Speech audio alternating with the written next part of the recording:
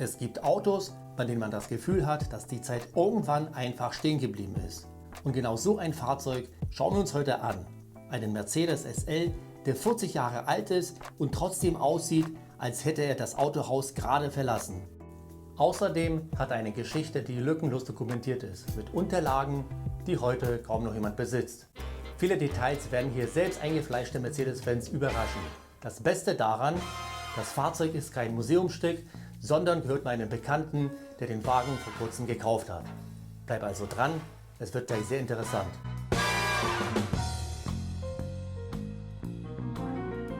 Hallo zusammen und herzlich willkommen auf meinem Kanal. Heute zeige ich dir einen Mercedes-Benz R107 300 SL aus dem Baujahr 1986. Was diesen R107 so besonders macht, ist nicht nur sein hervorragender Zustand, sondern vor allem die Geschichte, die dieses Auto erzählt. Und genau die schauen wir uns jetzt gemeinsam an. Es handelt sich hier also um keinen Import aus dem Ausland, wie es oft bei dem R107 der Fall ist. Er ist aus zweiter Hand und wurde von einem sehr guten Bekannten gekauft. Den Kaufpreis werde ich dir selbstverständlich auch verraten, aber erst später. Schau dir erstmal den Wagen an, damit du deine Preisschätzung in die Kommentare schreiben kannst. Also, los geht's! Bei den Oldtimern wird oft behauptet, alles dokumentiert. Wenn man dann aber genau hinschaut, liegen vielleicht ein paar Rechnungen, ein paar TÜV-Berichte und der letzte Fahrzeugbrief im Ordner. Hier ist es komplett anders. Die gesamte Fahrzeughistorie lässt sich lückenlos nachvollziehen.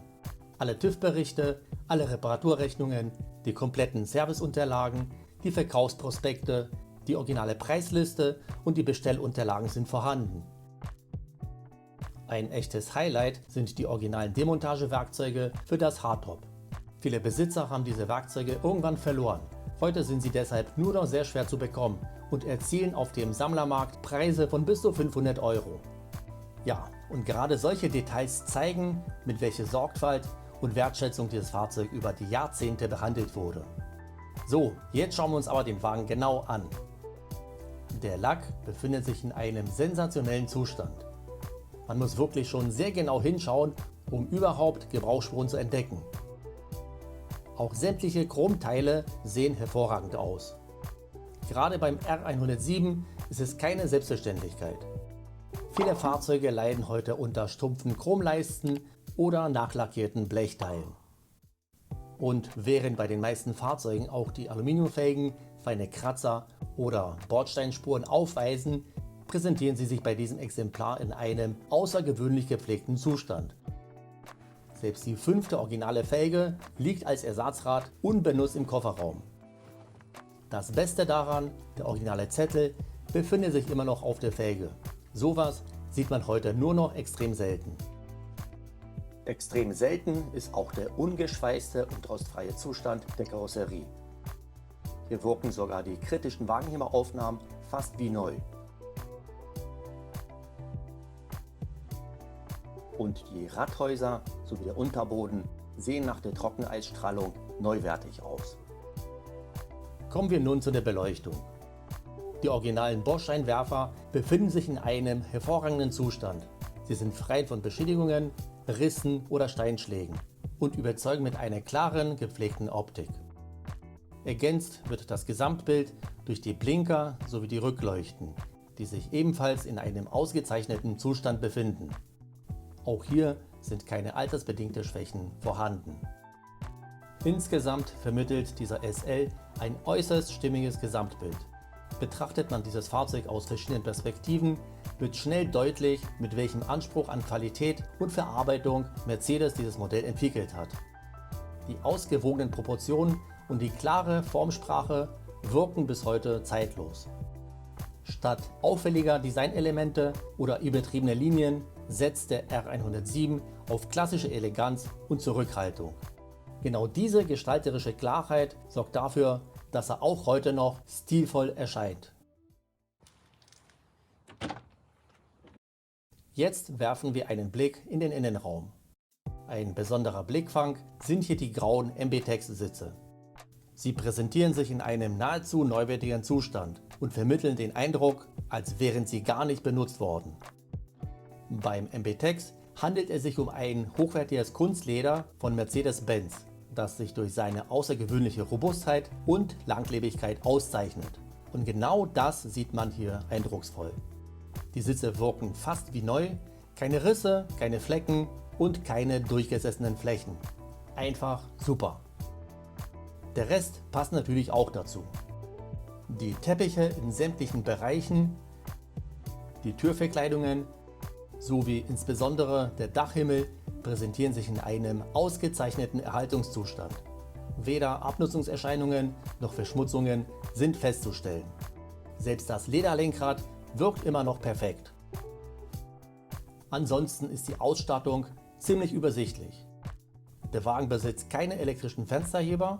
Hier werden die Fenster noch ganz klassisch per Handkurbel geöffnet. Das mag heute ungewöhnlich wirken, damals war das aber keine Seltenheit. Das nachgerüstete Originalradio fügt sich harmonisch in das Gesamtbild des Fahrzeuges ein und funktioniert bis heute einwandfrei. Ergänzt wird es durch eine originale Hirschmann-Antenne, die ebenfalls voll funktionsfähig ist und zuverlässig ihren Dienst verrichtet. Wer sich mit dem Thema schon auseinandergesetzt hat, der weiß, dass es keine Selbstverständlichkeit ist. Ein besonderes Detail ist die originale Radiobroschüre, die sämtliche damals verfügbaren Radiomodelle mit ihren technischen Daten und Besonderheiten ausführlich dokumentiert. Was man noch zu diesem Wagen sagen muss, es ist ein Garagenfahrzeug. Es stand immer in einer Garage, so wie jetzt. Und übrigens, wenn du diesen 190er sehen willst, dann schau dir das Video an, das ich dir unten in der Videobeschreibung verlinkt habe. So, jetzt schauen wir uns den Motorraum an.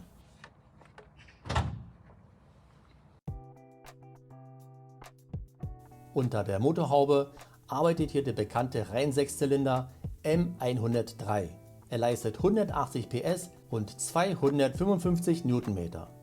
Er hat eine Laufleistung von nur 107.000 Kilometer. Besonders hervorzuheben ist die Kombination mit dem 5-Gang-Schaltgetriebe, die heute nur noch selten anzutreffen ist. Es liegt mit Sicherheit auch daran, dass der R107 in dieser Kombination nur 2357 Mal gebaut wurde. Also eine absolut seltene Kombination, die zweifellos ihren eigenen Charakter besitzt, aber sicherlich nicht jeden Geschmack trifft. Und was denkst du darüber? Würdest du dich für ein Schaltgetriebe entscheiden oder lieber zur Automatik greifen? Schreib es unbedingt in die Kommentare. So, bevor es weitergeht, werfen wir noch einen kurzen Blick auf den Schließkeil. Hier sieht man, dass damals die Qualität und die Sicherheit im Vordergrund standen. Es gab damals keine Kompromisse und das hört man jedes Mal beim Schließen der Tür. Jetzt wird's spannend. Wir starten den Motor und prüfen, ob auch der Klang und die Laufkultur das halten können, was der beeindruckende Zustand des Fahrzeuges verspricht.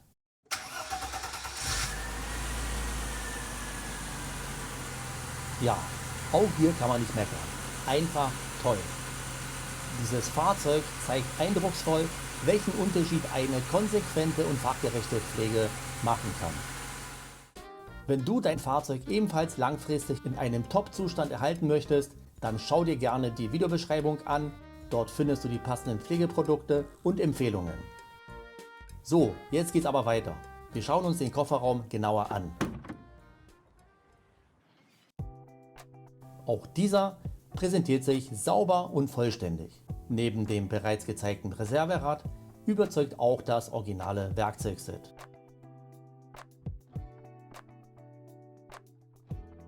Wie erwartet, befindet sich hier auch alles in einem tadellosen Zustand. Solche Fahrzeuge findet man heute nur noch selten. Nicht unbedingt wegen der Laufleistung, sondern wegen der Geschichte. Wenn wirklich alle Unterlagen vorhanden sind, wenn selbst seltenes Zubehör vollständig ist und wenn der Gesamtzustand so überzeugend ausfällt wie bei diesem Exemplar, dann merkt man schnell, warum gute 107er mittlerweile so gefragt sind. Für mich gehört genauso ein Auto zu den Fahrzeugen, die man nicht einfach nur fährt. Man bewahre damit ein Stück Automobilgeschichte. Aber jetzt die entscheidende Frage. Was hat der Wagen gekostet? Schreib jetzt noch schnell deine Preisschätzung in die Kommentare, bevor ich den Kaufpreis gleich nenne. Also, der Wagen hat 39.000 € gekostet. Ob das nun viel oder wenig ist, bleibt Ansichtssache. In Anbetracht der Tatsache, dass ein R107 in diesem Pflegezustand und mit dieser Fahrzeughistorie kaum noch auf dem Markt zu finden ist, war es aus meiner Sicht kein schlechter Kauf. Wenn dir das Video gefallen hat, lass gerne ein Like da und abonniere meinen Kanal. In diesem Sinne, bis zum nächsten Mal.